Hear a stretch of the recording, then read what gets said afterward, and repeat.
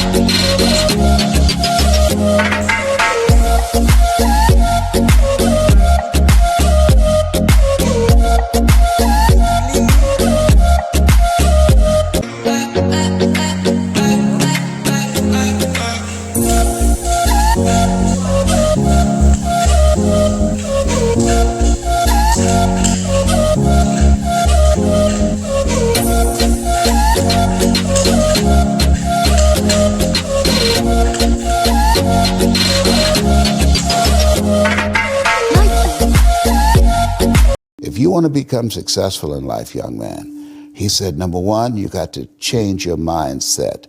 He said, you don't get in life what you want, you get in life what you are. Number two, practice OQP, only quality people. You earn within $2,000 to $3,000 of your closest friends. I found that out. I left all my broke friends. I said, y'all got to go. Because I used to be so broke, I'd pass the bank and trip the alarm, you know?